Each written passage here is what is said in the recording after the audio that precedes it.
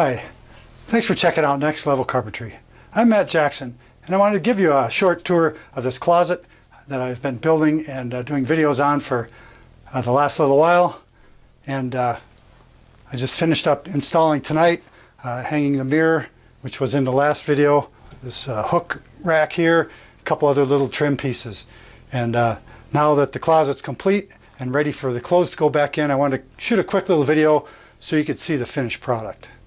Well, it's difficult to shoot good video in this closet space. It's a closet. I don't have a wide angle lens. The lighting is great for clothes colors and using the closet, but it's not ideal for lighting. And the acoustics are bad with my little microphone. But nevertheless, I want to thank Kent and Jean for allowing me to shoot a little video in this closet. It's all done, ready for them to finish moving in. As you can see, some of that got underway here, but they held off on loading the closet so I could get this little bit of video to show you what this stuff looks like installed. And I'm just going to do a panning shot of the closet and its new configuration, and I'm holding the camera in portrait mode to try to get a better feel for it, even though it's a tight space and the wrong lens for the job. But here you can see the shoe cabinet, a small divider wall, then hanging spaces, narrow drawers and shelves, more hanging spaces, the hook rack for belts and hats and that sort of thing, dressing mirror, and then a tall hanging space, a couple hanging spaces for sweaters and skirts, wider drawers, wider shelves, then some more hanging spaces for other garments, and even a luggage storage space underneath. Some viewers will remember the first video in the series I did for installing fast and efficient edge banding. You can see how much of it there is in this closet, and for all intents and purposes, these veneered plywood shelves appear like solid wood because of that solid wood edge banding. With a stain and lacquer finish on here, all these edges are smooth and catch free when they're sliding things on and off the shelves. I'm not worried about this edge banding pulling off. If you haven't seen it yet, there's a link here to the video I did for building professional grade cabinet drawers. And these are the ones that were built in the video. They're made out of 1/2-inch Russian birch plywood with a lacquer finish, special little edge detail here, and then these flat panel drawer fronts that get installed on there. They're carried by Quadro soft close glides, which are just wonderful in this sort of an installation. So you can see how drawers like that get built, and once they're in this final installation, I've adjusted all the gaps so everything is flat, true, and the gaps are even, which is just the way it's supposed to come out. Some, or maybe many of you, saw the video I did when I assembled these cabinets, these drawer cabinets. This is what they look like installed. There's a cleat in the top of the cabinet that attaches it to the wall.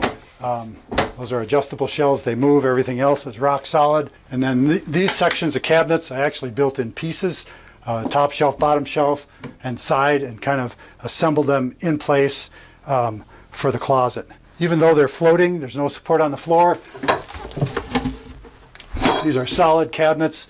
Even though it's a simple design, they're very strong, and I have absolutely no worries that there'll be any failures with any part of this cabinet with this design. Anyone that watched the assembly video knows that there's some joints in here where the sides and these horizontals come together, and I didn't glue the joints. They're merely screwed together with the shelves fit in a shallow dado, but you can see the strength of this once it's assembled and installed. The last long video I did was making the custom moldings for this mirror frame with a planer sled. That got to be kind of an epic video, and it's part of the reason I'm keeping this one so short. But this is what the mirror looks like, all done. It's a clean, straightforward design in kind of a clean, straightforward closet. We didn't want to embellish anything, and I didn't show it in the video, but I used the same planer sled to make this molding for the top and bottom of this hook rack, and you can see it's mid-sized. It's in between this one and this one for size, but I was able to use the same planer sled with slightly different settings to make this part, or to make these two top and bottom parts. They also have the mitered return ends on them in the same manner that I used on the mirror. And I wish I would have done a video showing how to remove a mirror that's glued onto a wall.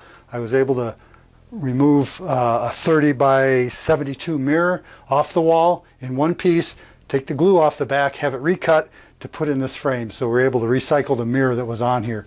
You can see in this video shot how bad the wall was when I peeled that mirror off, but keep in mind the mirror came off in one piece, and by the time the painter got done patching up that wall, and putting some texture on it, you can never tell it was there in the first place. And I wish you could see this better, this shoe cabinet. There's 44 individual shelves. Those are the ones I did in the edge banding video. They're all stacked up here, ready to be put in wherever the shoes dictate. And it's a pretty cool cabinet. This one has a back in it and adjustable shelf pin holes for any number of shoes in any configuration. And like I said, it's tough to get a shot of what this cabinet looks like, but it's a huge improvement over what was there before. And after visiting with Kent and Jean about what they wanted, this is the design that we came up with. And it'll suit their needs perfectly in the same space with a new design and configuration. Well, it's been a long day and it's kind of a late night getting this wrapped up after a full day's work on another project. So I'm going to wrap this up. And if you've enjoyed what you see here, if you like this sort of video, consider subscribing to Next Level Carpentry if you haven't already. And hit the thumbs up button to spread the word about the content so that YouTube knows people like what they're seeing here, and hopefully they'll boost the videos a little bit and help build the channel. If you search under the videos tab on Next Level Carpentry on YouTube, you'll see the other build videos from this closet, the edge banding, the drawers, the assembly, the mirror frame, and finally this wrap-up tour of the closet video. So check those out and comment there if you like what you've seen in this process. I want to thank everybody for being part of channel growth here at Next Level Carpentry, especially the patrons who've gone above and beyond, joined Patreon to help support the channel. And there's a growing list of you that have done that. I really appreciate it. YouTube can be a tough platform for a viable business. Once upon a time, I understand YouTube's ad revenue was at a higher rate. It was able to support a channel with fewer subscribers, fewer impressions. I guess that's changed. I have trouble following all the things that they do and don't do, and permissions and all that sort of thing. But other revenue sources are becoming necessary to support a viable channel. One is the patrons on Patreon. There's also links in the video, this video and as well as the other ones, for tools, materials, supplies that get used to build cabinets like this. Those are through the Next Level Carpentry Amazon influencers link. Anything you buy through those links pays a small ad fee to Next Level Carpentry, but you get the same low online price that you're used to when you buy things. So if you need any of the stuff you see in the video, click a link, support the channel. I appreciate it. Another thing I've added and tried to build up a little bit is the Next Level Carpentry store at TeeSpring, where you can get a shirt like this. Some of the other fun posters and gear, BS 1000 board stretcher shirts and stickers are available there. That also helps support the channel. It's part of a growing YouTube channel business, and so anything you do there, it's great. But there's no obligation. I just appreciate you watching and being part of this. I'm dragging this on. And so, until next time, as always, thanks for watching, and good night.